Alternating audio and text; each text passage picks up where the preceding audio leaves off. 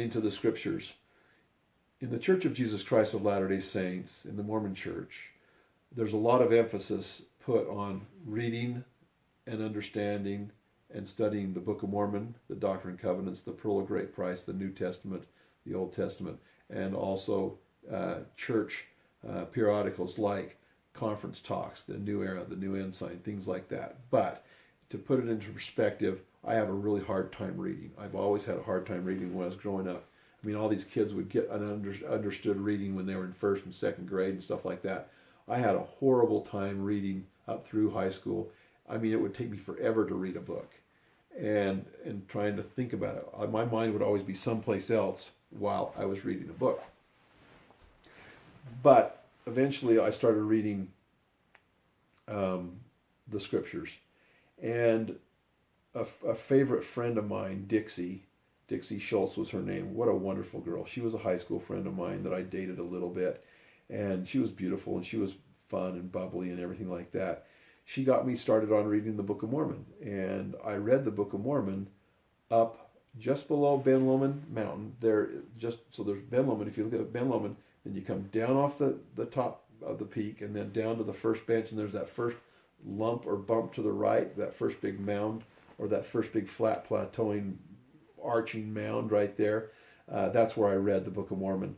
So I would get my backpack on and I'd take my motorcycle and I'd drive up there after high school, and I'd drive up on top and go right to Book of Mormon Rock, where McKay and I have fires for 4th of July. We park right there. It's kind of a big bouldery cliff thing right there.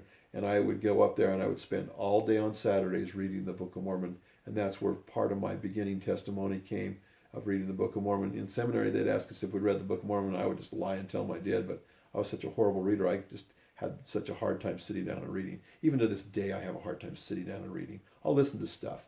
But in that regard, I've listened to the Book of Mormon probably 30 times, at least 20, probably 30 times.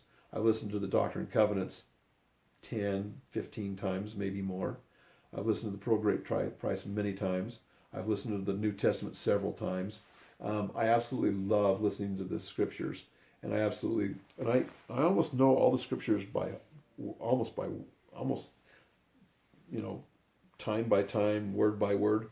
I've listened to them so many times, the Book of Mormon and the Doctrine and Covenants, that I'm very familiar with what is going on. It's not I can't always quote where they're at or quote them by verbally by memory, but I have a really good, when things are going on, when I'm actually seeing something or I'm hearing the music or I'm hearing the scriptures, I actually can go ahead a little bit all the time, because I have a pretty good recovery